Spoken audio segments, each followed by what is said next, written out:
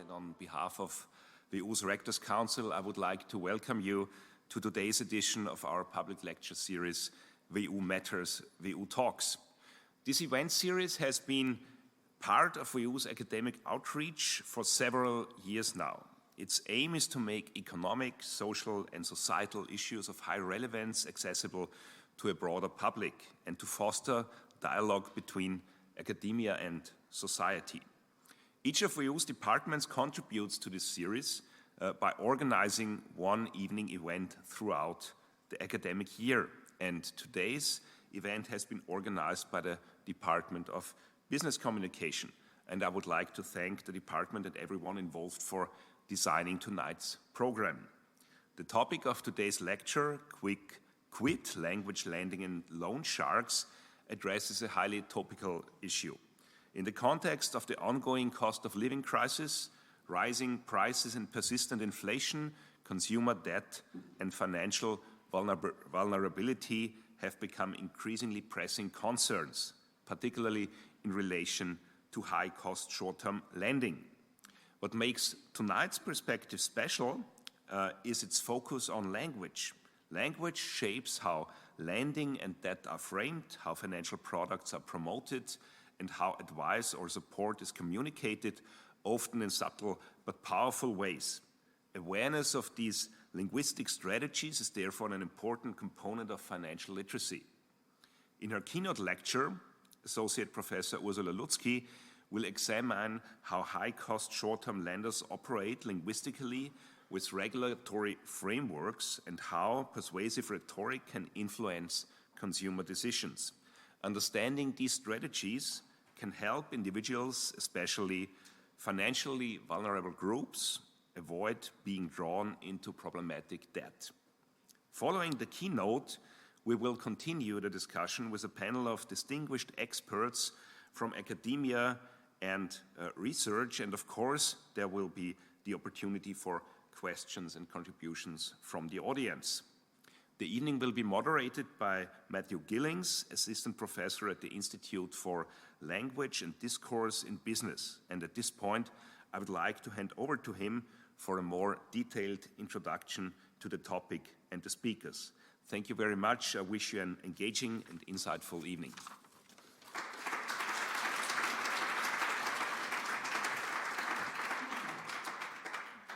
Wonderful. Thank you very much, Vice Rector, for the introduction. Good evening, everybody, and thank you for joining us. I know it's very cold outside. They feel like Arctic temperatures to me. So it's really good that you all made it out here today. As Vice Rector said, my name is Matthew. I'm an assistant professor in the Department of Business Communication, and I'm pleased to be moderating the discussion today. So the topic today, language, lending, and loan sharks, it could hardly be more timely. The current cost of living crisis, both here in Austria, in my homeland in the UK, which will be the focus of Ursula's talk, but across the world, it's placed a lot of pressure on everyone's financial well-being. But beyond the numbers, there's another element to consider, and in a Department of Communication, of course, that's language. So the question that we're going to be discussing, or the questions, I should say, is how do words shape our understanding of debt and lending? How is language used when people share advice or offer support? And what role does discourse play in framing financial responsibility? So to help us unpack these questions over the next hour and a half or so, we've got as the Vice Rector said, a distinguished lineup of guests. We've got Associate Professor Ursula Lutzky, and she's going to kick things off with a lecture on the language of predatory lending, specifically in a UK context. Following that, we've got a panel discussion that I'm going to be moderating over here, and of course, very happy to be joined by three distinguished guests. First of all, we've got Bettina Fuhrmann. She's a professor at the WIFO's Institute for Business Education. We've got Jakob, a researcher in the Financial Literacy and Culture Division at the Austrian Nationalbank. And then thirdly, we've got Stefan, Senior Economist at WIFO, so the Austrian Institute of Economic Research. And I'm sure you'll all agree, I mean, together, collectively, they're really bringing a wealth of of expertise and a really kind of cohesive picture on the topic here. As for you guys, the audience, of course I encourage you to interact, take notes of questions that you might want to ask throughout the lecture, and then we'll have some time at the end I've reserved for a Q&A and an interactive discussion at the end. Okay, with that said, I'd like to introduce our speaker for the evening, Associate Professor in the Department for Business Communication, Ursula Lutzky.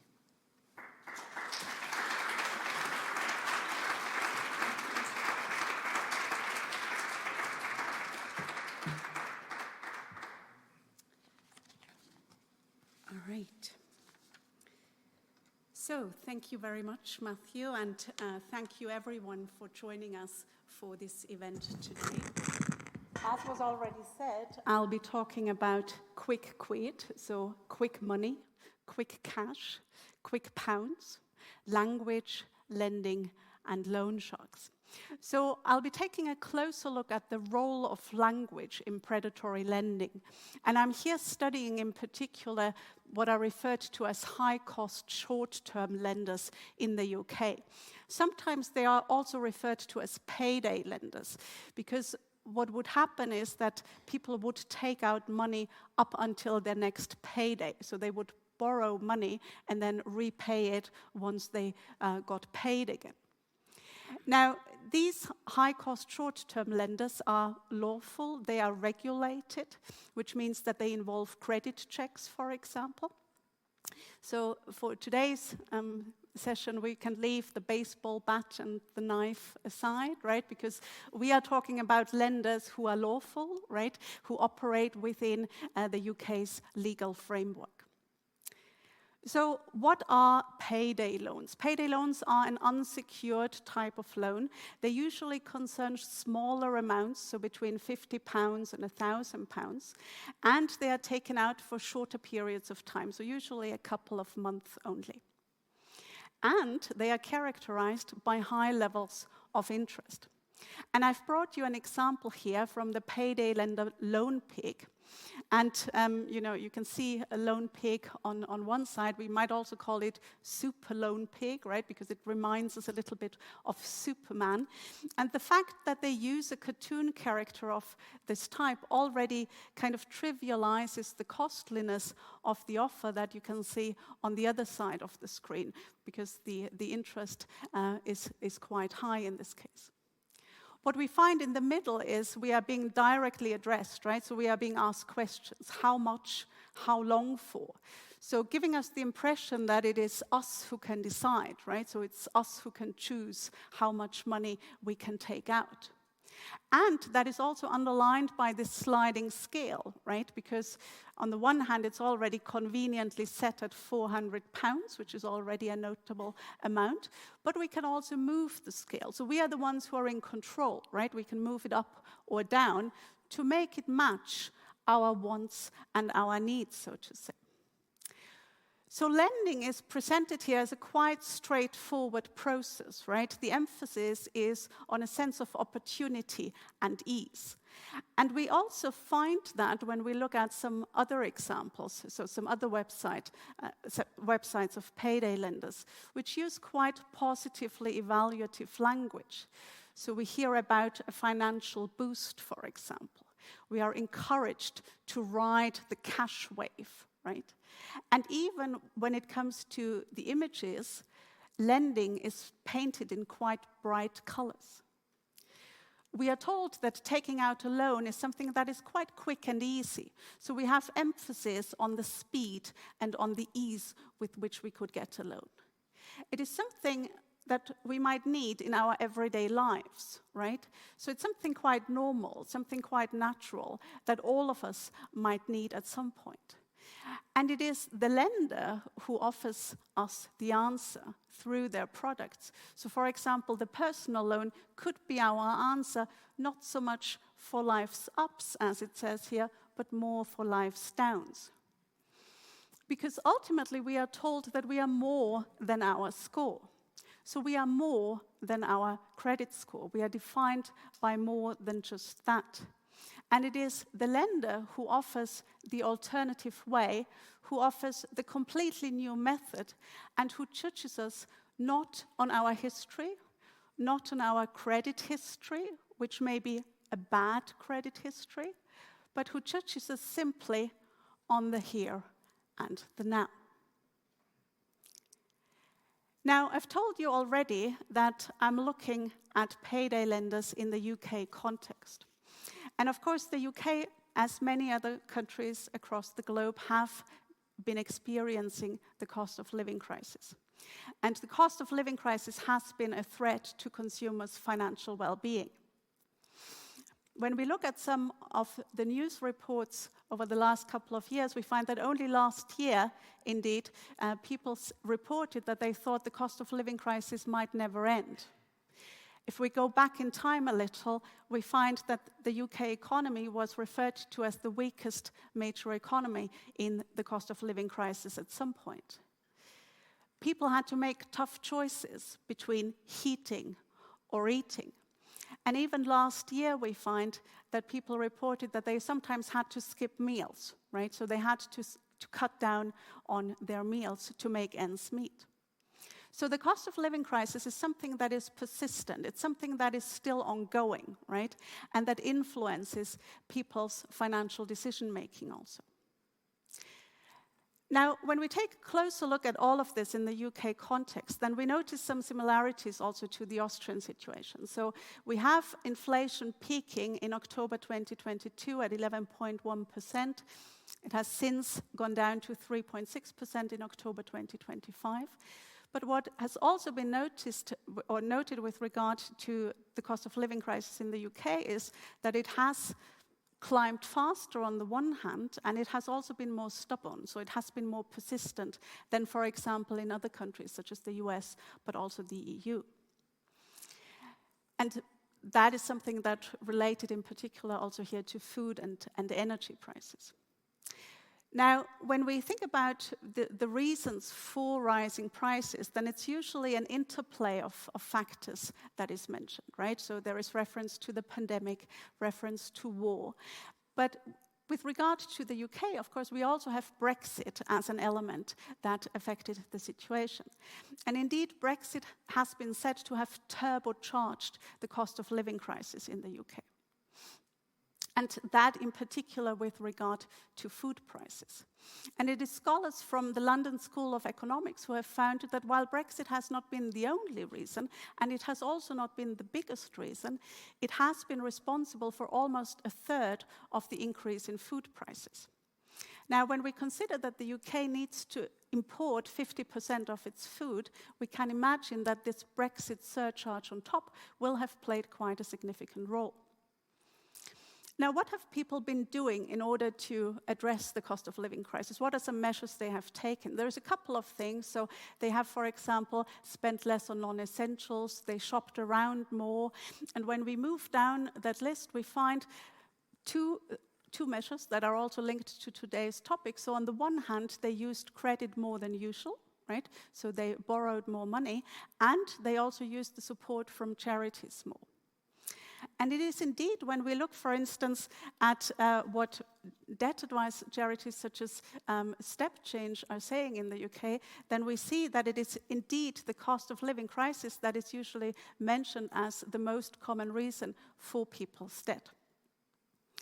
And we need to also see that in the context that the financial resilience of people has fallen. So people need to take out more money, they need to borrow more money, and also they would have a hard time dealing with an unexpected but necessary expense of £850, which kind of equates to around 970 euros.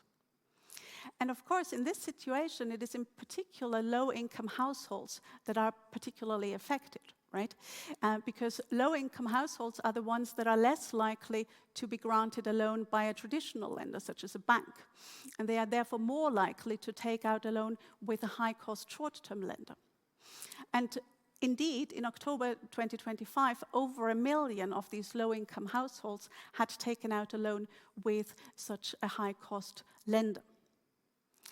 And on the other hand, of course, the high-cost short-term credit lenders are the ones who target in particular this segment of the population, right? So they target consumers who may have difficulty accessing traditional credit, and they offer them their high-cost short-term credits. And so because this turned into quite a problem in the UK, right, because it affected in particularly the population that was financially vulnerable, the Financial Conduct Authority introduced regulations in 2015. So there is a couple of things they did, and they did it in particular to protect consumers, so to protect the financially vulnerable. What they did, or one of the things they did, was introduce a price cap. So they introduced a price cap of 0.8% per day in terms of interest rates, which was an improvement compared to what we had before, where we had up to or even more than 4% per day. They also introduced obligatory affordability checks, so payday lenders now need to check whether the people taking out the loan are also in a position to repay it, so whether they are able to repay the loan. And they need to meet certain transparency and disclosure requirements also. So, for example, indicating the total cost of the loan, right? Or talking about the repayment terms, for example. Now, a consequence of these regulations introduced in 2015 was that round about 50 of these payday lenders either voluntarily discontinued the services or they collapsed. And among the payday lenders who collapsed was the notorious payday lender Wonga. And Wonga was known for charging interest rates of over 5,000%. Now we are looking at the annual percentage rate, right? So a different measure, but a quite high interest rate, of course. And that is something, or the company itself actually became known for this. So they're being talked about as this toxic symbol of Britain's household debt also. They collapsed eventually, as I said, so they collapsed in 2018, mainly due to consumer complaints. So there were quite a lot of complaints, especially the main criticism was that they didn't carry out those affordability checks in a proper manner. And they had to pay millions of pounds in compensation, they had to write off millions of pounds of consumer debt, and then they eventually collapsed. So while we can't study the payday lender Wonga today, I'll tell you next about my data, so the payday lenders that I studied in this presentation, and also about the methodology that I used.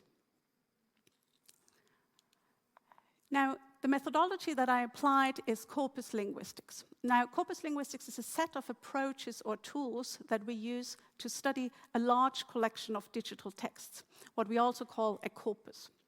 And we study that corpus in order to uncover patterns in language use, right? Certain trends in our corpus, and trends that we may not be able to observe otherwise, right? So that we need those tools for. And we study text here as, on the one hand, as a reflection, but also as a representation of discursive constructs.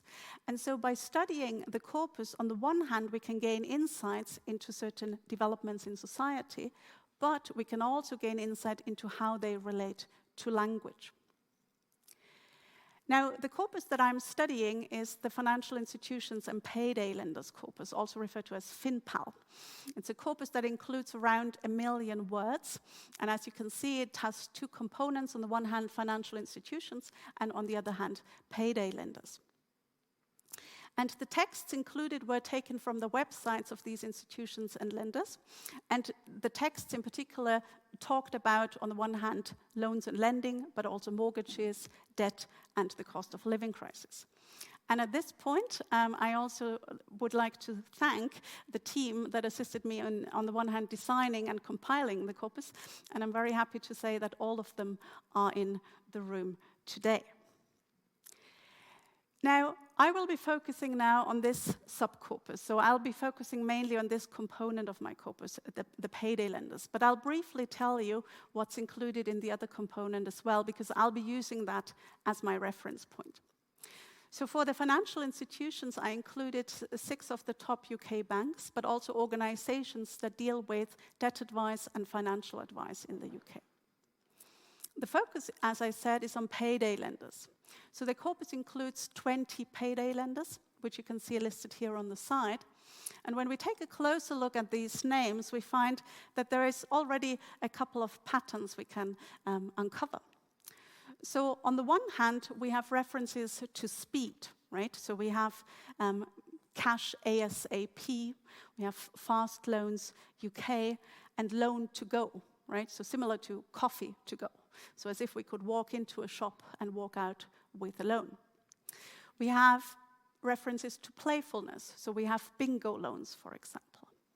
We have references to water and boats. So we get cash float. So kind of helping us keep our business and our finances afloat, so to say. But also money boat, or the lending stream that is constantly supplying us with the financial means that we need. We get references to nature, so we already encountered loan pig, but we also have bamboo loans, for example, and the money hive, so similar to the beehive, the place where bees live, but here we are in a place that is busily occupied with money matters. And interestingly, we have references to business. So we come across Quid market and the one-stop money shop, as if it was a shop where we could go to buy some money. All right, so what did I do for my analysis? I started out by carrying out a keyword analysis. In a keyword analysis, I compare my target corpus, so my payday lenders corpus, to my reference corpus, my financial institutions corpus. And by carrying out this comparison, I arrive at the words that are key or that are of interest. It is words that appear more frequently than expected in the payday lender subcorpus compared to the financial institution subcorpus. So we could also say that it's words that characterize the language use of payday lenders. Now, when carrying out this analysis, what I get is my top keywords, and I'm showing you here the top 20 keywords. And as we can see, loan is our top keyword. So that was kind of to be expected, right? We get payday at rank 2, and if we put them together, we have payday loans, so the primary type of loan that is offered by payday lenders. But there is also a couple of other keywords that also refer to types of loans, such as bad, emergency, cash, and installment. So when we expand our range, so we don't only look at the word loan, but we look at a combination of words, so 2 or 3 word clusters, then we see that when we do that, we find references to different types of loans that are offered by payday lenders. So among them, we find some that are linked to a specific occasion, right? Like an emergency loan, so a loan that we take out if we encounter a specific emergency. Now, that is already a name that has some face-saving features to it, right? Because an emergency is something that can happen to all of us. It's something that is quite natural. It's an emergency. We also find the home improvement loan. So also here, the name focuses on something positive. It's not about the lack. It's not about the despair. It's not that anything is broken, but the focus is on the improvement. In addition to that, we have, for example, the car loan, so the loan we take out when we want to buy a new car, or the car repair loan. We have the holiday loan and the wedding loan. And now these payday lenders talk about these different types of loans. They introduce them, they tell us about the terms and conditions involved. But there is also an element of judgment that comes up. And if we take a look at some of the examples, we see that, especially in the Q&A section of these websites, we find that there is an evaluative component. So when asked if holiday loans are a good idea, the answer is yes. Holiday loans can be a great option, right? So let's take out a holiday loan. But when it comes to other topics, right, like wedding loans, it's a bit more hesitant, yeah? And we are told, well, maybe you'd like to reconsider this, right? Maybe you'd like to think about this twice, because it will depend on your circumstances whether that is a good idea, right? In addition to that, of course, we find many other types of loans. So we have references to speed, for example, and to time. So we have the payday loan on the one hand, but we also have the short-term loan and references to a specific period, such as the 1 month, 3 month, and 6 month loans. We have references to speed, so the same-day loan, the instant loan, right, the online loan, which is very easy to get. And we have references to specific conditions, such as the bad credit loan. So the loan we can get even though we have a bad credit history, right? Or the unsecured loan. And finally, we have references to specific amounts, such as the small loan, the cash loan, or even the specific amount in pounds, so reaching from 50 loans up to 1,000 loans. Now, you might already imagine that this situation and this range of different types of loans looks quite different if we look at UK banks, for example. And that is something we can also find out through corpus linguistics by engaging in what we call a word sketch difference. And we use the tool Sketch Engine for that, and we carry out a collocation analysis. Now, collocates or collocation means that we are looking at words that co-occur with loan. And we are here interested in particular in the L1 position, so one position to the left of loan, so words that appear in front of loan and that modify loan. And we are interested in words that have a strong collocational relationship. Now, when we do this, what we find is, in this table, that many of the words that are listed here are the words that we just saw on the previous slides, right? So we have the short-term loan, we have the small loan, we have the same-day loan, the bad credit loan, and the emergency loan. All of these have a strong collocational relationship with a loan, which we can see in the second column, and all of them don't appear at all in the financial institution subcorpus, which is what we can see by these lines in our third column. If we compare that to the financial institution subcorpus, we see that there we have a different emphasis. So here the focus is on student loans, on undergraduate loans, on maintenance loans, and these collocates of loan again don't appear in the payday lender component, which is why we have the line here and then the collocational score also. So we see that there are differences, right, between the payday lenders and the loans that they have on offer, and also the financial institutions and how they talk about these loans. There is another difference that we can find when we come back to our keyword list, and that is we also find reasons for requiring a loan mentioned there. So we have words like unexpected, but also urgent and repairs. If we do the same thing for these words, so if we have a look at their collocates and do a collocation analysis, and in this case we are focusing on the R1 position, so one position to the right of unexpected, then we see that what may be unexpected, what people encounter is unexpected expenses, unexpected bills, unexpected demands. When we compare that to urgent, we see that there is quite some overlap. So we have the urgent needs, but also the urgent repairs. And you might remember that repair was also one of our keywords, and the urgent expenses. So there's references for this immediacy, this urgency, which is something that we don't get for the banks, right? And that is also reflected in the fact that these words are keywords in our payday lender component, which means that they are not key for the banks. When we take a closer look at these words, unexpected, urgent, and also repairs, we find when we take a look at specific examples from the website that they also co-occur, right? They appear in close proximity to each other. So this is one paragraph taken from the Cashfloat website, and that's where we find them co-occurring.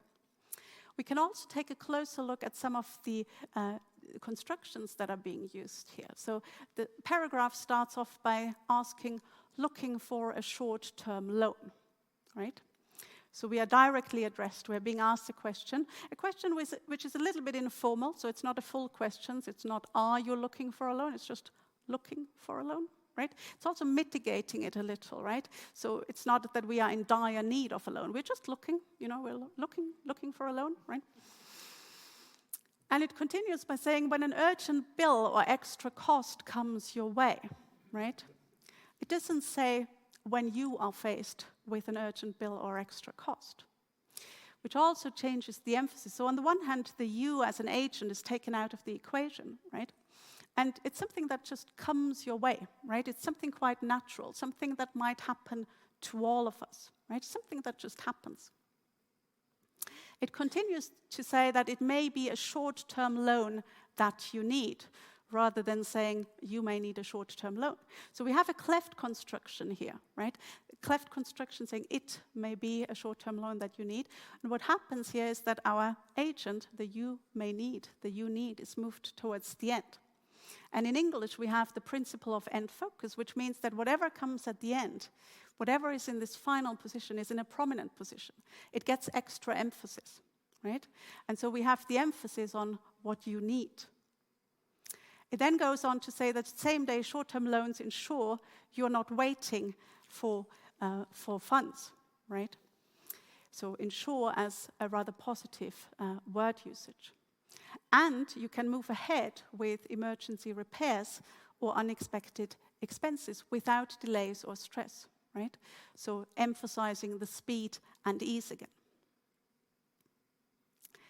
So we have quite some positive evaluation here also, as we can see, right? So on the one hand, we came across the keyword ensure, which does that. So the lender is ensuring that borrowers have everything that they need. And in addition to that, as you can see, there is a couple other positively evaluative words, such as verified also, and excellent. And they appear in the context of online reviews, right? So where consumers leave a review on the payday lender's website and comment on their services as excellent. And that is something that is also different, of course, compared to financial institutions, right? Where we don't get those online reviews and where we therefore also don't get these words as keywords. When we take a closer look at this positive evaluation, we can also do that by zooming in onto the word loan one more time, right? So again, doing a word sketch difference, which we already know. And when we do that for payday lenders, we find that loans are described in very positive words, right? Loans are described as an option, as a way, an alternative, a choice, or a solution. We have verbs that are quite positive that co-occur with loan, such as provide or design, approve, choose, and ensure. And especially when we look at the adjectives in predicative position, so in a construction that says a loan is and then an adjective, or loans are and then an adjective, we find these positive adjectives such as affordable, suitable, safe, and ideal. When we zoom in onto ideal, we see that loans are ideal for small projects, but also for larger expenses. They are ideal for urgent, everyday, and unexpected bills, but equally for planned expenses, right? So they are kind of the solution for everything. And what we see is that we've got just quite a lot of positive evaluation. Now, when we think about this in the context in which these people are, payday loans are usually taken out by people who are in financial difficulty, right? So they are experiencing financial hardship. And that is something that we don't see here. We don't see here words that are related to lack or to difficulty. Instead, we have quite positive qualities that are attributed to the loans. And it is presented mainly by focusing on opportunity and ease. Now, this is something that also the FCA noticed, and in 2023, they published a report where they talk about common misleading phrases. And among them, they mentioned, for example, quick cash. And they criticized that phrase in particular because payday lenders need to carry out creditworthiness checks. They need to carry out affordability checks. And so by calling it quick cash, that component is downplayed. But even though the FCA criticized the use of this phrase, it still comes up in my data. So we still find quick cash, such as the quick cash that you need, or even that you may be in dire need of a quick cash injection. Equally, we get the phrase instant decision, right? So instant decision and fast funding. The fact that this decision needs to be it needs to be approved is kind of added at kind of in between, right? So an instant decision and if approved, appearing between commas, so as if between brackets. And if we look more closely, we have a footnote there as well. If we kind of take the effort and also read the footnote, we find out that it might not quite be 90 seconds for the money to reach our account, but here the blame is shifted more towards the bank, so it's not so much the payday lender who is responsible for that. So we get positive evaluation, as we saw, and we also get it again in close proximity to each other. So when we take another look, or a look at another example, we find that we have positive adjectives such as clear, affordable, manageable, appearing close to each other. Some of these words remind us of the FCA guidance, right? So on the one hand, the FCA guidance talks about transparency and affordability, which we see reflected here in clear and affordable. So it looks like, the payday lenders are also weaving these words into their texts in order to show that they are compliant with the guidance. We have positive verbs such as the loan lets you, right? The lender helps you, and they make sure that it suits your budget also. And interestingly, we get the same construction as before. So again, looking for. So this is a different lender, but the same question is being asked, inviting us to take a closer look. Now, when we view this also within the context of the website, then we get this paragraph here at the very top. So what we just looked at appears here at the very top. In a slightly bigger font also, we might notice. And underneath, we get this bright orange button that is encouraging us to apply now, right? So quite some immediacy expressed here. And again, we have our default amount set at £400. But of course, we can choose also to move it up or down. And it's only underneath that we find in a smaller and also narrower font the information that needs to be included according to the FCA guidance.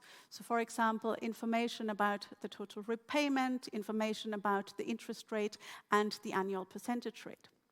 And at the very bottom, we find the warning, and this also here follows the wording, the standard wording that is given by the FCA, saying that late repayments can cause you serious money problems. So it's not about taking out the loan in the first place, right? It's about the late repayment that can cause that. But what we definitely see is that while the information that the payday lender is legally obliged to include, it is downplayed a little, right? So it is mitigated. It is mitigated both linguistically but also visually.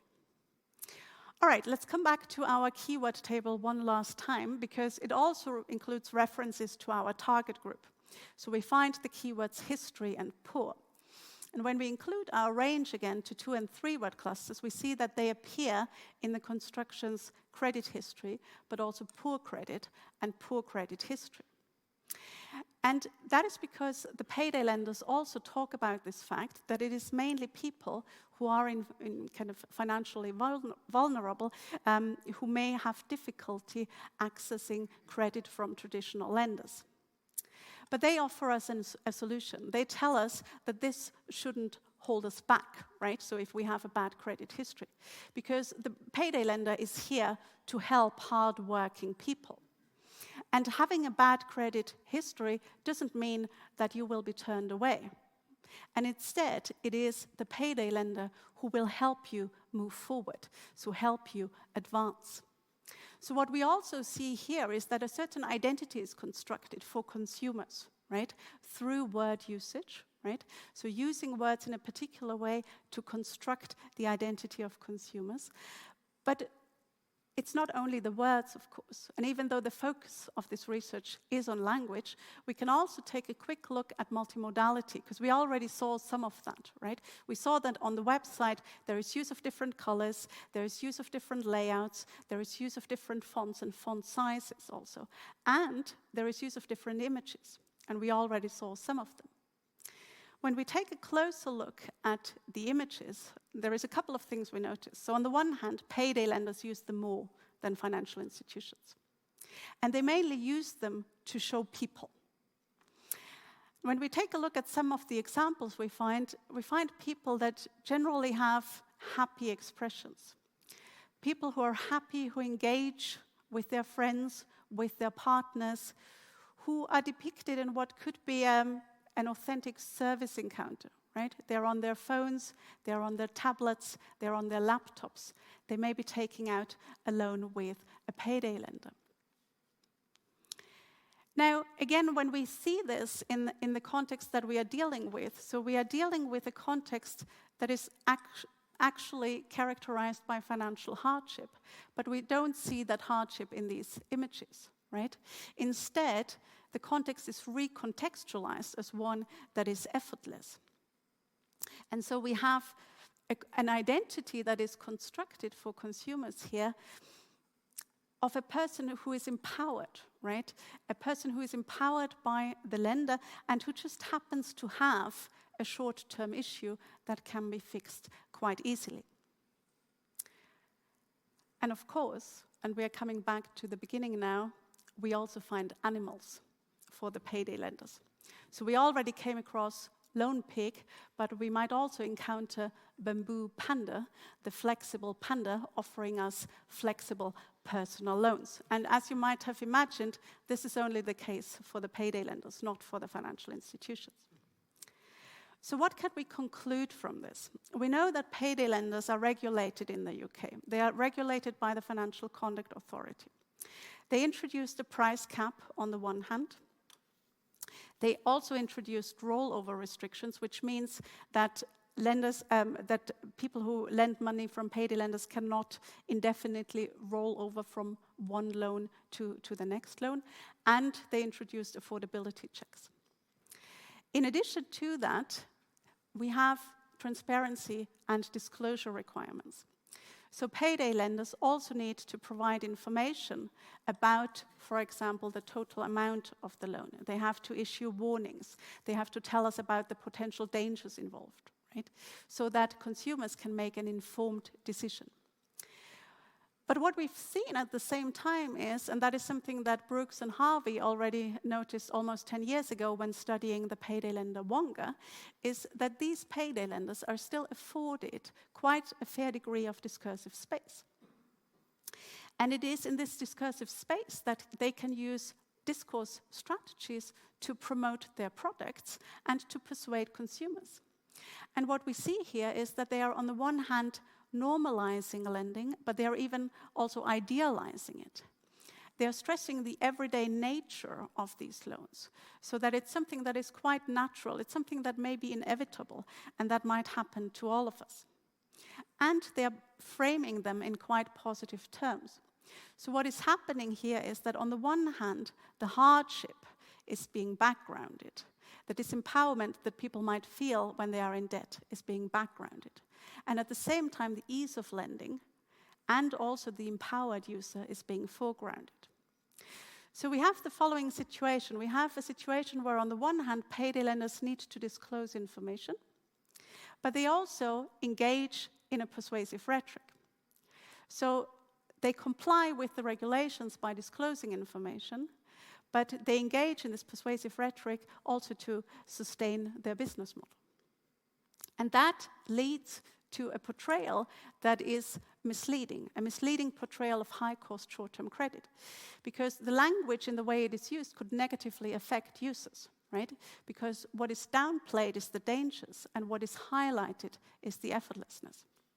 So when we think about this in the context of financial education and financial literacy, then we know that we need to inform people, or we need to enable people, we need to enable the public to interpret the information that is provided. They need to be able to judge the offer that is made by the payday lender, right? And also the implications it may have on their financial situation, on their budget, on their debt. But at the same time, what we've seen is that language plays quite an important role, and we also need to understand this promotional discourse. Because it is this promotional discourse that may shape our attitudes and behavior. It might lead us to overlook or ignore the small print, right? So the terms and conditions and the financial guidance. So we also need to enable the public to interpret the intricacies of this promotional discourse, right? So that they are not manipulated by the language that is being used, so that they are not making quick and potentially ill-informed decisions, that they don't underestimate the risk, and that they are not tempted into debt. Thank you very much.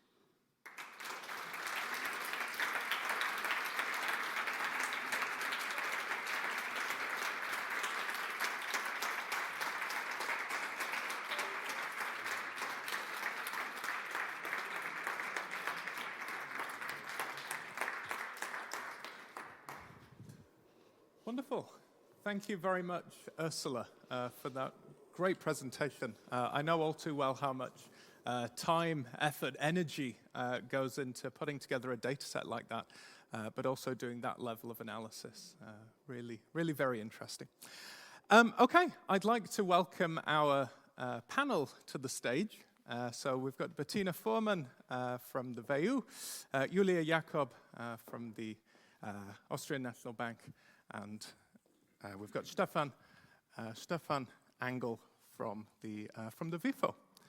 Thank you very much for coming. I'm going to get started with the discussion with the three of you. Perhaps we'll give Ursula some time to catch her breath after that marathon. I'm going to give you all three the same question to get started, okay? I wondered if you could give us all a bit of an insight into what you do in your day-to-day jobs, right? And also a little bit about how the results from Ursula's presentation, how that maps over into some of the things that you do in your day-to-day jobs. How about we get started with you first, Bettina, if that's okay? Absolutely. Thank you for having me tonight, and thank you very much, Ursula, for that very insightful presentation that is highly interesting for a business educator, of course, because in business education we try to help people understand business matters and to make informed decisions, as you have already mentioned. And we know from our research and from data that is available that, of course, we have rising numbers of credit, also in Austria, not only in the UK. And we also have an increasing number of consumer credit. Yeah? So we have quite comparable problems in Austria, I guess. Mm-hmm. And we also know from our research that young people start borrowing money at a very early stage in their lives. So we conducted research focusing on 14-year-olds, and 1/3 of them had already borrowed money from friends or some other people who would be willing to give them money for, everyday purchases, for example. And of course, they realize that they are supposed to pay it back, but sometimes they don't. If it's a friend, they think, well, maybe that's negotiable. Yeah. So, and we also continued the research and then focused on young people who were around 17 or 18 years old, and 2/3 of them had already taken a loan in a way, yeah, and some of them with a business. So ordering things, products, using buy now, pay later offers in order to be able to buy things that they would like to have but can't afford at the moment. And this is where your research comes in, because I think what you mentioned in a very convincing way and what your data really showed is that understanding communication around credit helps us educators to understand why people think this is the quick and easy way out if you have financial problems. And of course, this is also something that we need to address in our financial education initiatives, that we understand why they think it's a solution to the financial problems, and that we need to address to explain why it usually isn't.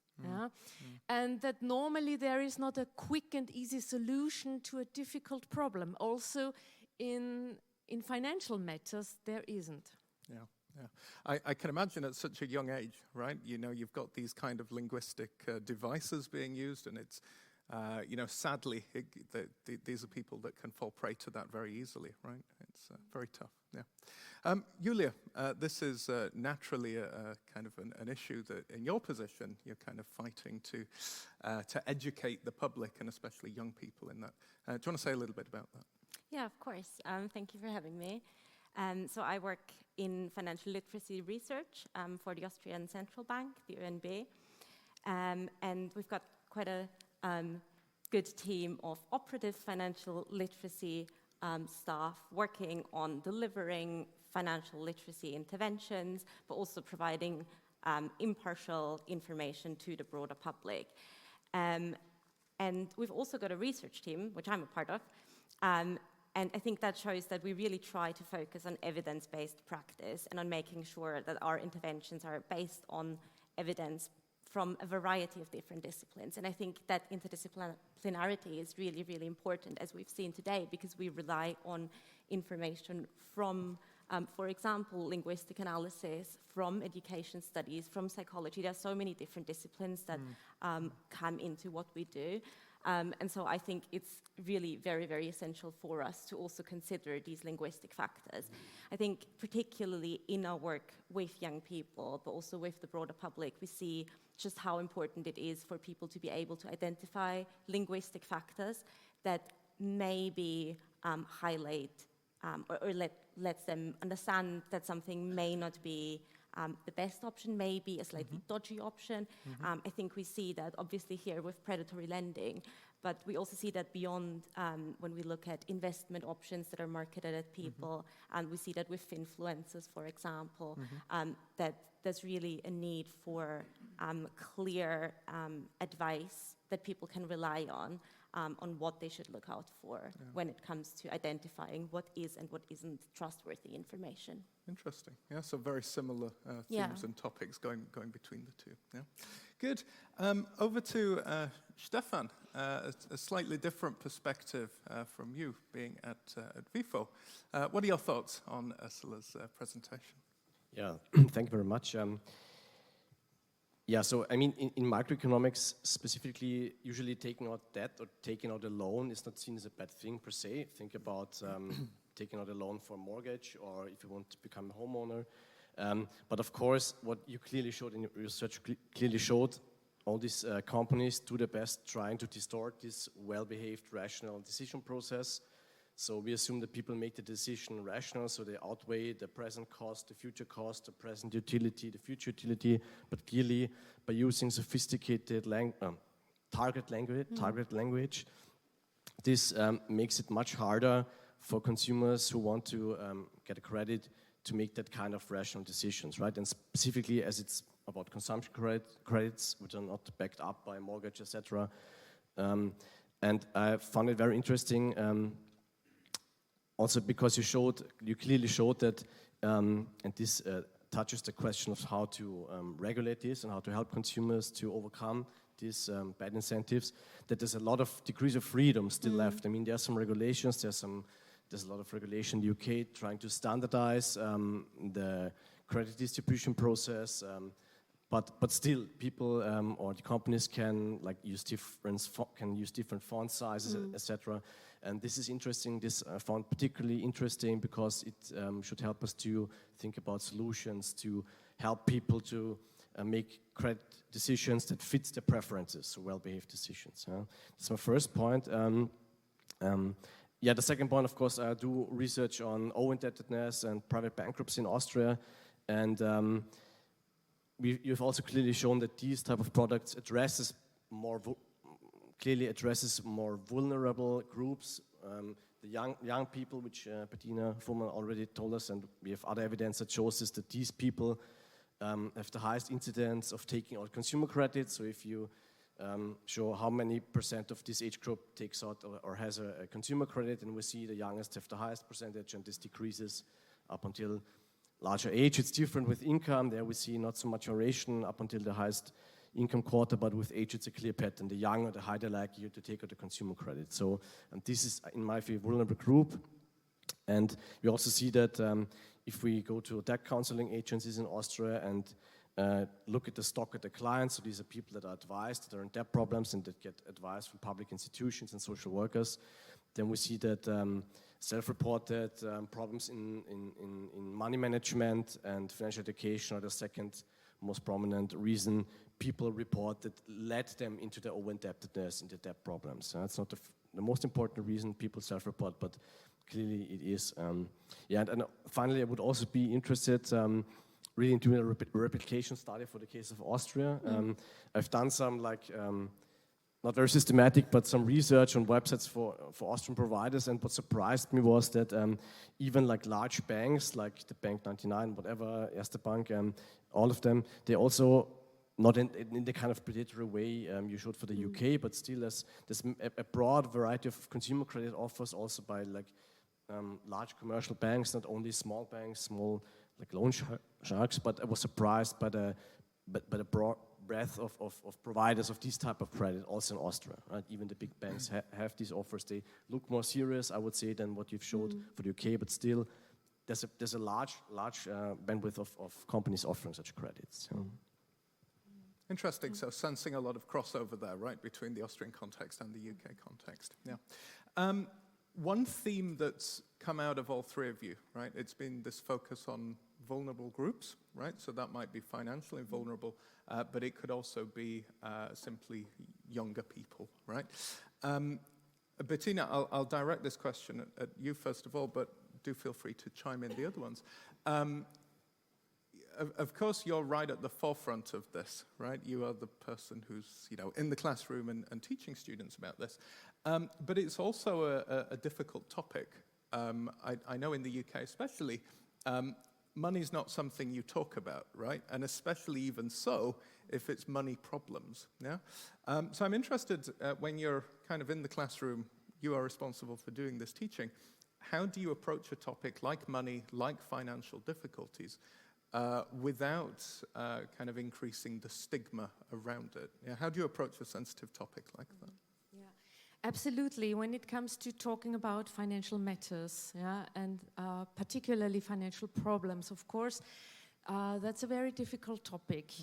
And we also feel, and especially at schools, not so much at the universities, I'd say, but in schools, of course, young people, they feel very insecure talking about these topics, and they don't know how much information they want to share.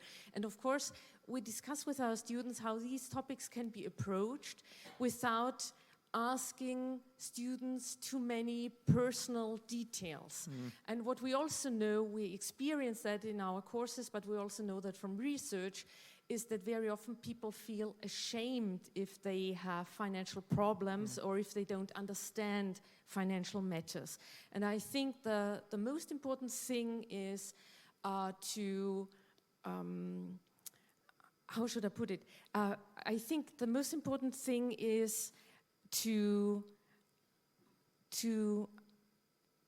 share the insight and the knowledge that even if you know a lot about financial matters, sometimes you make a bad decision that you might regret afterwards. But what is important is that you learn and that you reflect on what you do and that you try to do it better the next time. And that very often, if you find yourself in a difficult financial situation, then not seeking help would be the next bad decision. So I think this is also a very important piece of information to be shared in classrooms and with young people, is that you find that you can't pay a bill or that you don't have the money that you need at the moment.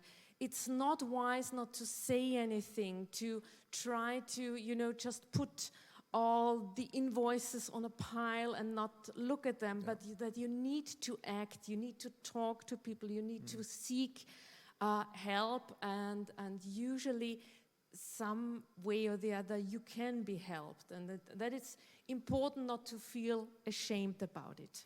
Exactly, yeah. I think it's a nice way of putting it, right? That's the second worst bad decision that you can make, is just completely ignoring it, hoping the problem goes away, when in reality it can compile and get more serious. Yeah. Something to add on that, Ursula? Yeah, I think it's something we also noticed in some previous research that we did that kind of led to the research that I'm doing now, because we also looked at, for example, online forums, because a lot of people in the UK who are in debt turn to online forums, right, for information, so that they can talk to other people about their situation. And we looked in particular at the forum by Money Saving Expert. There are different sub-forums there, but we looked at the debt-free wannabe and the mortgage-free wannabe forum. And what we noticed is that for the debt-free wannabe forum, a lot of people go there in order to ask for advice. So they are in debt and they need information, and they turn to their peers in an online forum context, right? And we also saw that for mortgages, for example, there are some differences, right? So for debt, they mainly need advice, so they ask questions and they offer each other help. And for the mortgage, which is a different type of debt, because it has a bit more, predictability in a way, it's a bit more structured. And there, people focus more on goal setting and on supporting each other, so on forming a community, so to say, and support each other. And we studied these forums, and what that triggered was that, in a way, we saw so many people turning online, turning to their peers for information. So our next logical step was to see, what about the organizations themselves, right? What do they have to say about loans and lending, right? So what advice do they give? And we saw that they do that, right? So they say that a holiday loan is a great option, right? And encourage people to take out that loan. So I think it's exactly what you just said, right? It's about communication. It's about talking to each other. The online forum, of course, is a safe space because there is the anonymity of that space. But I think it's important to also stress that even, in the offline world, we need to talk to each other about that. Yeah. Just out of interest, Ursula, I mean, the types of advice that they were being given on Money Saving Expert on this forum, did it tend to be quite good advice, or was there problems within that as well? Here we're relying on, you've done work in banks and all of this, which tends to be a little bit more reputable. Is it when you speak to peers, it's not as good? What was your intuition? Well, it was more personalized, right? It was based on people's experiences, right? So people who had been in debt or who were still in debt advising others on how they went about things, right? So I guess it is less official, right? Less formalized. Yeah. It's more informal and more personal, I would say. Yeah. Interesting. Julia, over to you. I'm sure you've something to add to Bettina's there. I mean, Bettina is the one kind of, like I said, at the coalface teaching this, but you're actually part of the team that's going out and speaking to the public about this. What are your thoughts on? I mean, I would wholeheartedly agree with everything that's been said about reducing stigma. I think that's absolutely key. I think also, of course, it takes a lot of personal strength, and I think it's important to acknowledge that for people to get out there and share their experiences, be it while they're seeking help, or be it even just sharing their experiences with others. But there's also so much to be gained from that, because people are very likely to learn from their peers. So if I know someone that's had a bad experience with predatory lending, I'm going to be more aware that that's an issue out there, right? So there's a lot to be said, I think, both on an individual and on a societal level, for reducing the stigma associated with having money issues, with falling for bad, dodgy schemes. Also, when it comes to falling for scams and frauds, equally, there's a lot to be said for honing openness about that, I would say. So I think that's something I would very much like to underline what you've said there. I think we also need to be aware, obviously, as has been a focus of the lecture that Ursula gave, that people seek short-term loan for different reasons. It might be significant money issues that arise due to poverty, due to just needs not being met. That's one side of the story, and certainly that's serious issues where financial literacy interventions will not always help ameliorate these issues. But then on the other side, we have things like holiday loans, where it's also a question about people being able to reflect about whether that is a good decision, whether that is something that they need or want. And I know the lines can feel a bit blurry, but I think here we can see, particularly when we look at the empirical data in the Austrian survey on financial literacy, for example, we see a clear correlation between people taking out consumer loans on the one hand and these people having low financial literacy scores on the other hand. So I think when we look at that, then we can see how financial literacy interventions can help people just regulate their own behavior when it comes to money, even when it's just taking a step back, thinking about very, very basic questions such as, do I actually need this? And again, I want to emphasize that this applies to things like holiday loans, but obviously there are very serious poverty-related issues that this will not apply to. Yeah, true. I mean, it just goes to show, doesn't it, the importance of this literacy to do that. For what it's worth, I mean, I remember Ursula first telling me about these holiday loans, and I couldn't believe my eyes. I mean, I had no idea that this was even recommended, but it's really just pre-packaging money and saying that it's for this specific purpose. I mean, to even think about that is really staggering. Moving over to Stefan, based on your work that you're doing in debt and poverty, I mean, we've been talking about financial literacy here. What about from your side? What do people need to be protected from these kind of high-cost lenders? What do you think from your side? Yeah, well, of course, I second what have been said. So we know many papers about this correlation or also causal effects of financial literacy, financial education on consumer decision making, so that it improves it. Although it depends on whether we're talking about investing or taking out debt. But of course, it's not a panacea. So some kind of regulation will always be necessary. So we had some examples. Lutzky showed us. So there's like this idea of standardizing credit forms. Also, we have this in Austria. So banks are obliged to provide information about the credit in a standardized way. So the real interest rate, the duration of the credit, etc. So we have that. I mean, this still can be too difficult to understand, maybe for some. So I think there's room for improvement there. So yeah, regulation is one thing I would say that can help. There's many ways to do that besides standardizing the information that comes from the website. So there's one option. I mean, we can also think about cooling off periods. Maybe that people who take the decision to take out a consumer credit have some possibilities to step back from the contract within a certain time limit. So that's just brainstorming. But what I want to say is that regulation is still necessary, even though we know that it's, of course, not always 100% effective, given the degrees of freedom the companies still will have. But on the other hand, if we look at the figures and see, again, connected to debt problems, people that have above average risk of over-indebtedness, of private bankruptcy, I mean, the main reasons still are problems, income problems or poverty problems, as also Julia has already mentioned. So this is the number one reason, and then reasons like poor financial management, self-reported, or problems with consumer credit, etc., are ranked second. So still, and that's my third point, besides financial education, literacy, one, regulation, two, I think it's also a good idea to also make these households with a high risk of financial problems more resilient in financial terms. So for instance, also put a focus on policies that incentivize saving rates. So there are some examples from the UK. They had this savings lottery where people could open a savings account, and the more they saved, the more lottery tickets they received. First and second, also what they saved went into a pot, and then part of that was distributed in a gambling lottery.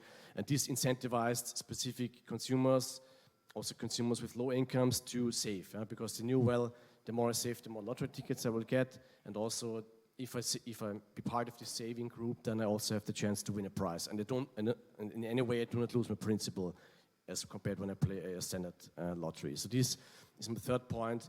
Also increasing financial resilience go into the roots, why people go into their problems, why people have the necessity to look for options to smooth the consumption, and going to this predatory lenders or this consumer credit providers is only one option. These people should be made aware of that. Interesting. I mean, one of the questions that I was going to ask you, Stefan, was about whether policymakers could be doing more, and you've already touched on a couple there, right? These kind of lotteries that could be implemented, and yeah, really interesting to hear about. We've got time for maybe one more question for the panel before I open the floor to everybody else. It's, again, kind of focused at the two of you. I don't know if you remember mentioning this, but both of you mentioned the place of influencers in what's happening. So online influencers on, for example, Instagram, TikTok, kind of promoting financial advice online. And this is one thing that I wanted to ask you about, again, just personally. I mean, it has popped up on my Instagram whilst doing this. So again, aimed at Bettina, first of all, is there anything you can do? Is this integrated into the teaching in terms of the education? Because clearly these are more informal sources of education rather than getting it from banks or from school. Young people today, and some slightly older people, right, might be getting this education online. What's happening? Absolutely. We see that social media play a very important role, and we see that they play a particularly important role as soon as people cannot discuss financial matters within their families or at school. So it's been shifting to the online sphere. So we have excellent data on young people in Austria, on how much time they spend within their families to discuss money matters, and if they are taught money matters at school.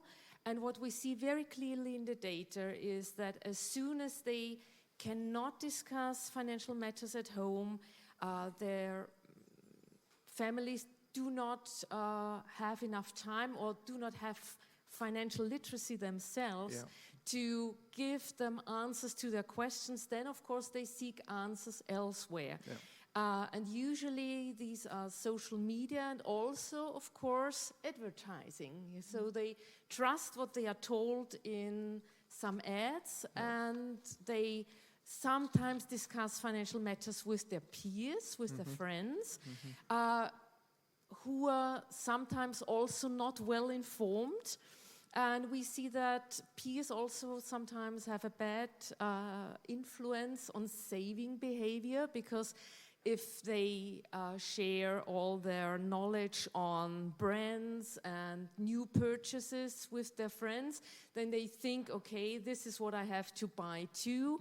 And then when all the lending might also start borrowing money in order to belong to a peer group, in order to be able to buy something they would like to have, to feel to be part of a group, then of course lending and borrowing money can start at a very early stage in life. So social media plays a very important role, and this is where media literacy comes into play. So where we see that financial literacy has to be combined with media literacy, so that people understand that they should not trust just one source, just one influencer, or in the case of financial matters, so-called finfluencer, but they should try to find several sources of information. They should compare what they are taught, and they should also dare to ask teachers and to ask, I don't know, parents, people they trust, and also learn that in many cases to make a wise financial decision also takes time. So they should also be taught that sometimes it's clever to wait.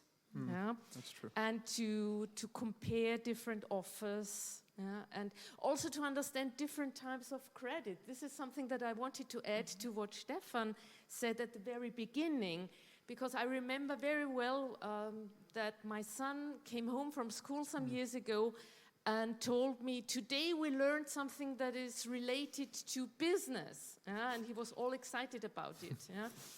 And I said, so what did you learn? And he said, that we should never, never, ever take a loan. Never, ever, no matter what. Yeah. And I was not so happy about this learning. That kind of advice. And I asked him, do you like the house we live in?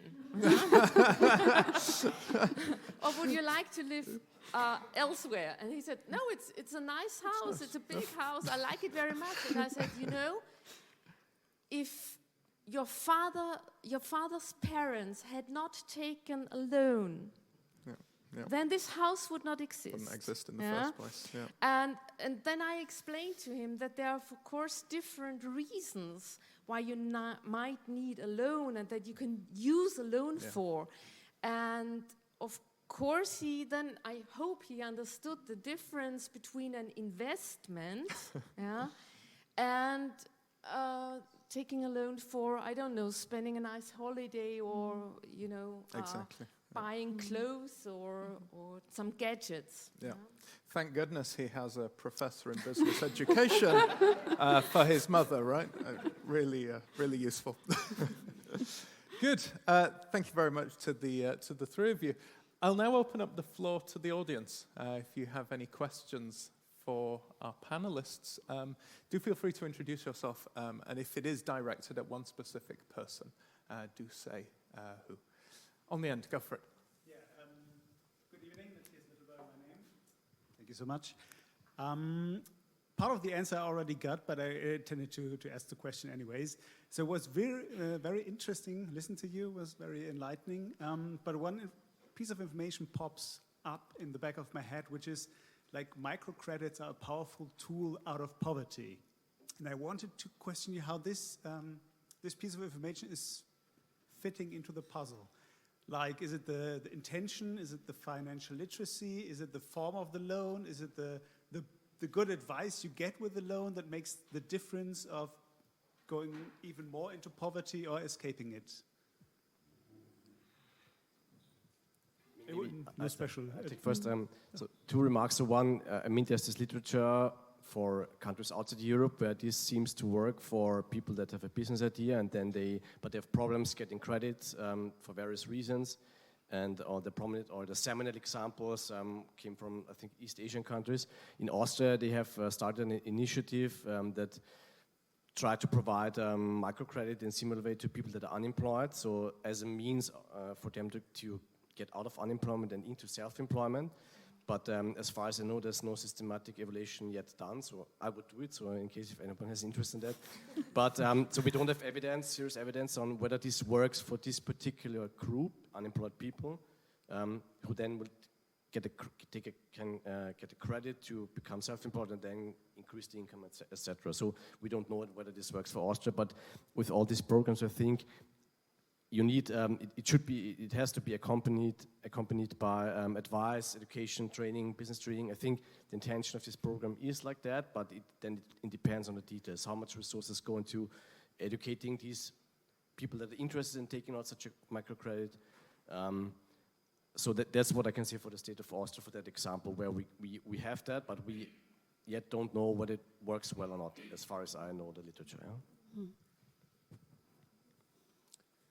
Good. Axel.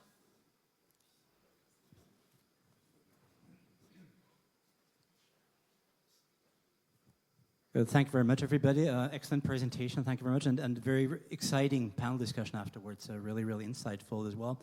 And very interesting to listen to all those different perspectives here. Obviously, we all agree on the importance of enabling financial literacy and the consumer side of things. You talked, Ursula, for example, you also talked about the FCA, the regulator side of things.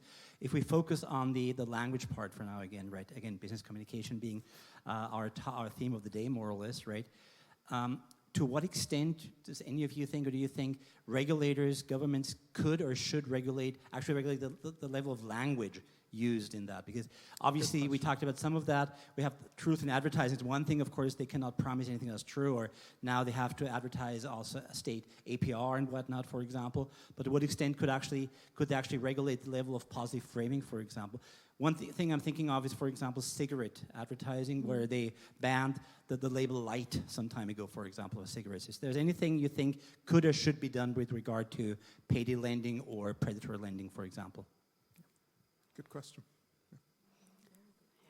I mean, I could come back to the UK context briefly, right? Because that is something that I also came across in my research, that, for example, the FCA will, of course, kind of part of the regulation is that they are looking at what payday lenders are doing more, right? So they are checking their websites, they're checking their ads, and then they might pull an ad, right? Or they might ask them to withdraw a website also.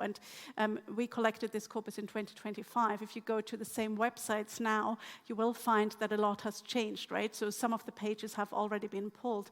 And I found, for example, that in 2024, they had like 20,000 of these pages or ads either withdrawn or asked them to edit them, to change this.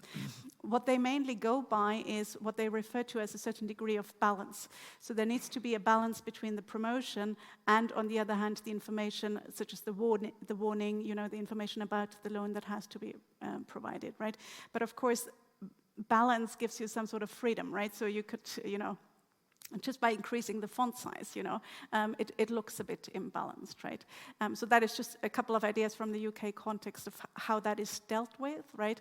But also the problems that are involved in that it's not so easy, and not so clear-cut, and you have to go back and then, address the specific examples and ask them to be changed.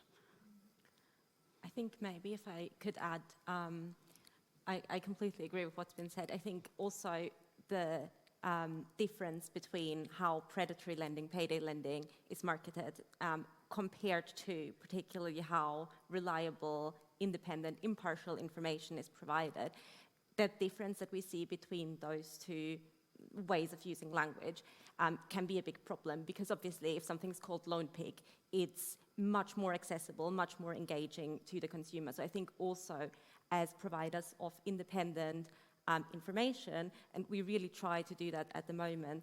We're trying very, very hard to make sure that the way we produce texts, both in terms of how they're written, the language level that's used, what they look like, how they're marketed, they're accessible to the broader public, including broader public with, for example, learning difficulties, lower levels of German as a second language, for example, lower literacy levels, because we do see that people can only engage with reliable information if they can understand it, if it meets their needs, and if it's engaging enough for them to keep engaging with it. So I think that's less about the regulation, but more about what I think we can do in order to make sure that reliable information gets to the people that need it. Interesting. There was a question down here at the front. Yeah. For what it's worth, this is also a movement I've sensed in the UK as well, this plain English movement over the past few years, not only in this, but a whole range of sectors as well. Yeah. Thank you so much for the presentation and discussion. This was briefly mentioned, but I wanted to ask about the broader opinion on buy now, pay later, as it's becoming so popular, and especially in UK. Last time I visited the UK, I saw buy now, pay later option for my food delivery app.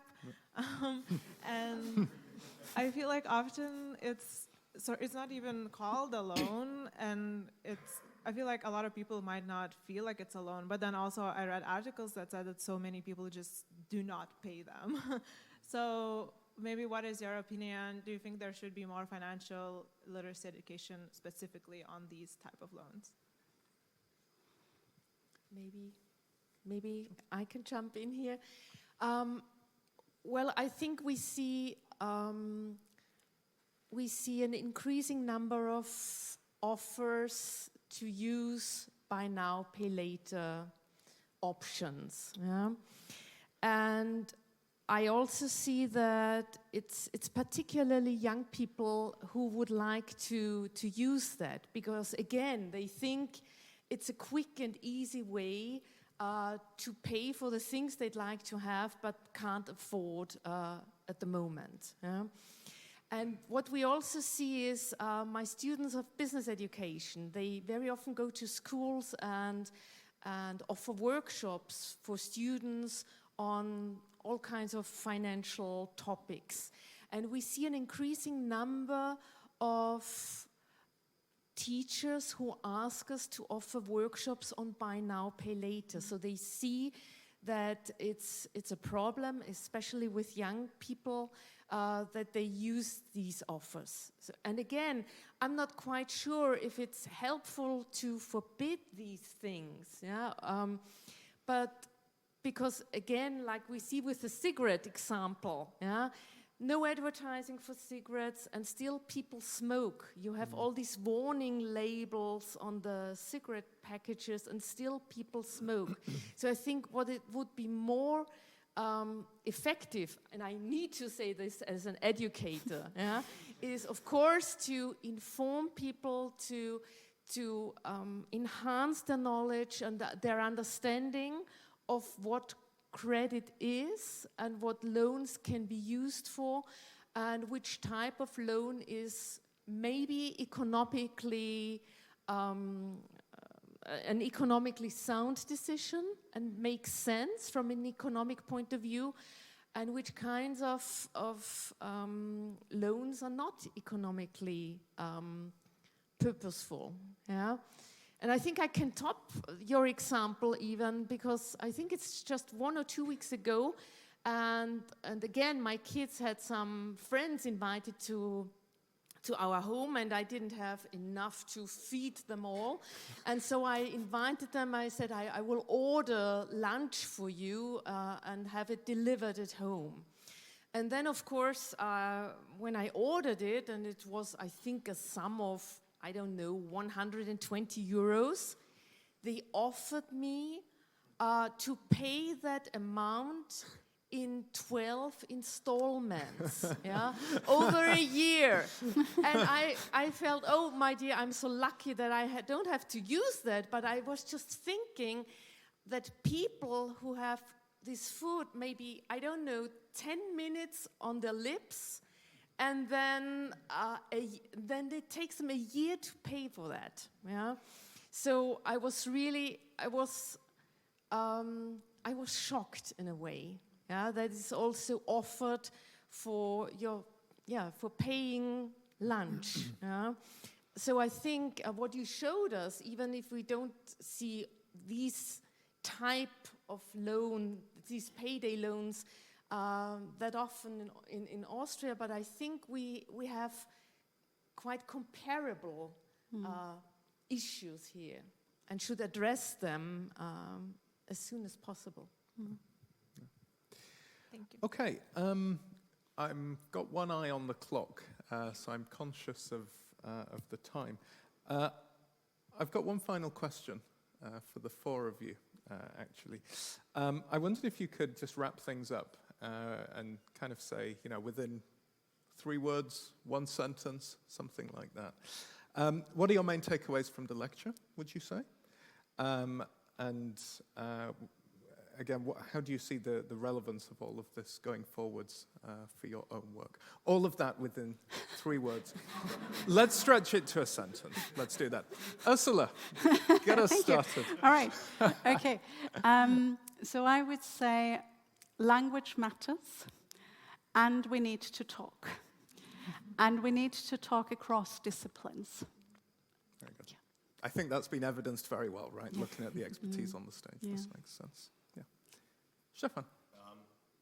Of course I second that, but I also would say take out the speed out of economic decisions, so by using proper language, by making red flags, warning signals, whatever. And second, of course, to deal with the problem, a policy mix is necessary, targeted to specific groups. Young people need different education or regulation than poor people with low financial needs. Exactly, yeah. Bettina? First of all, I totally agree with what Ursula has just said.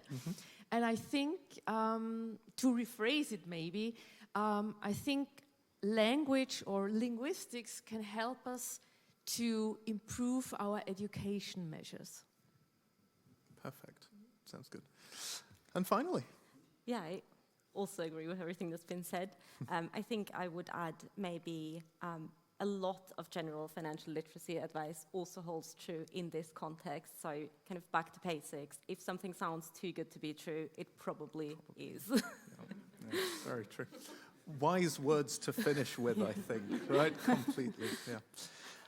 Okay, thank you very much to our 4 speakers, to Ursula for giving the presentation, and then to our 3 panelists. I think plenty of food for thought for all of us, and a really interesting discussion, like Ursula said, from many different disciplines as well. I think it's been a very kind of fruitful discussion.